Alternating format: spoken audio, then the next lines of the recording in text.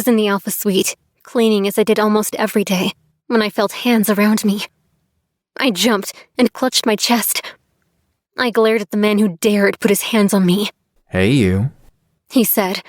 I gave him a dirty look, showing him how much I abhorred him. "Excuse me," I spat, grabbing my supplies and leaving the room. But he held me again, wrapping his filthy hands around me. "Let me fucking go, Gray." He was indeed shameless. He didn't care that Stacy could walk in any minute now. "I'm sorry they hurt you," he said, his gaze roaming around my body. I pulled my shirt lower.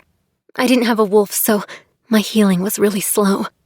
I scoffed and turned around. "You're married. Don't touch or speak to me again," I sneered. Opening the door, I met Stacy at the door. She gave me a disgusting look, and her gaze went past my shoulder to see her husband.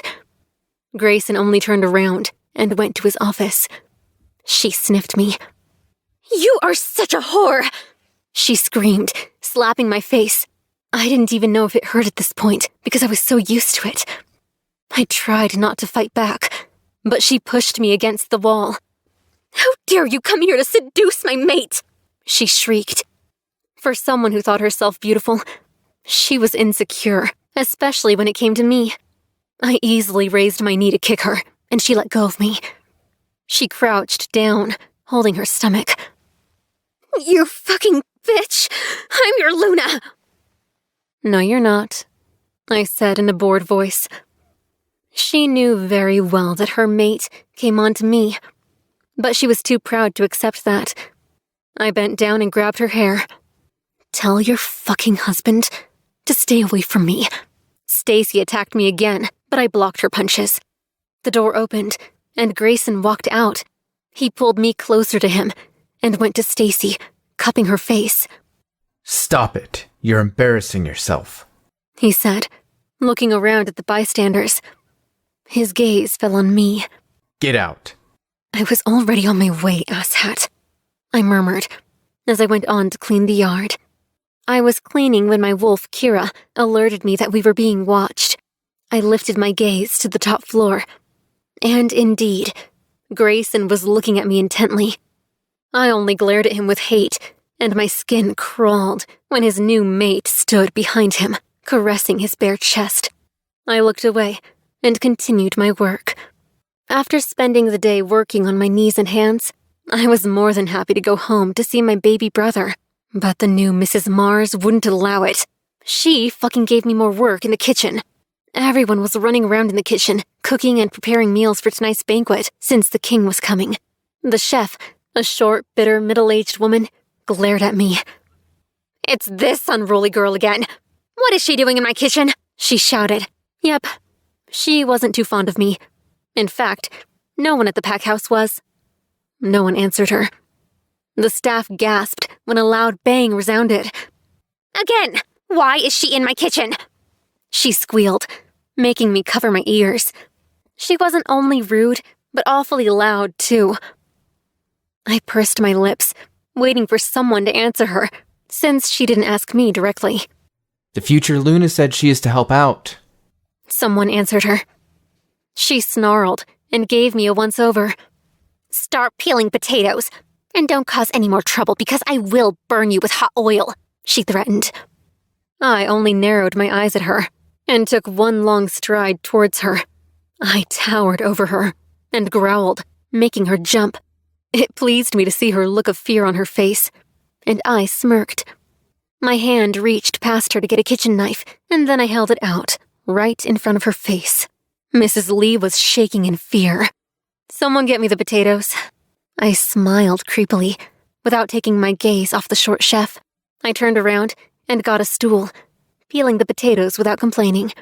"I heard that he can't keep a woman. They all die. And that's why even at the age of 28, he has no queen," one of the kitchen helpers said to her friend. They were talking about the Alpha King. "Why?" "I don't know. He has a short temper and easily kills them when he's bored." The girl frowned. Debbie once said they danced together at a party. She wouldn't stop praising his good looks. "I know. We heard that story the entire year. The other young lady giggled. What else do you know about him? Other than what you know, nothing.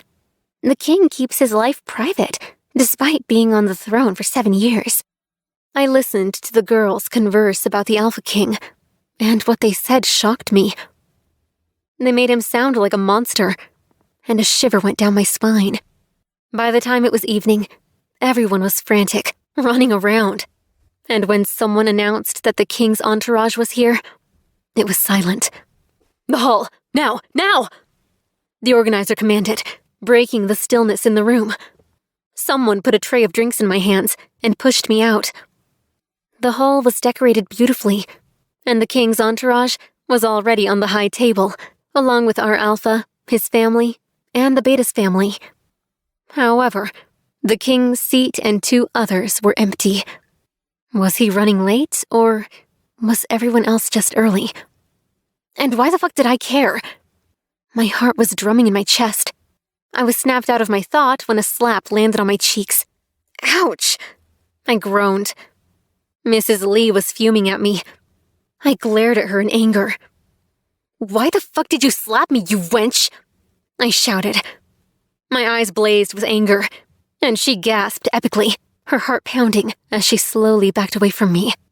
You were spilling all the drinks, so lost in your thoughts, and I did the first thing I thought of. She screamed. I groaned at the back of my throat. I was fucking tired of people laying their hands on me. I had the strong urge to react and slap her back, but I contained myself. Breathe, Adira, breathe. I walked past the woman, making sure to hit her slightly with my body. I refilled my tray with new drinks and went back to the banquet, serving. I glanced at the king's empty seat again. Where was he? My lazy gaze roamed to Debbie and Kara. They asked men from the king's palace to dance with them, but they were rejected. That immediately brightened my mood. I was working with a gentle smile on my lips when I was suddenly pushed into a dark corner of the room. I gasped, seeing Grayson smiling at me. Let go of me, I hissed, trying to push him away, but his hands were tightly holding my waist. I could smell the alcohol on him. I know you hate me, he whispered in my ear. My gaze wandered around the room to see if someone had seen us, but they were too busy drinking and dancing. No, I don't, Grayson. I despise you, I said.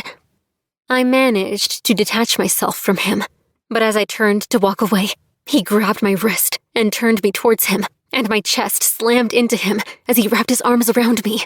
Forgive me. Please. I didn't care to hear him out. I was still struggling with Grayson when it hit me.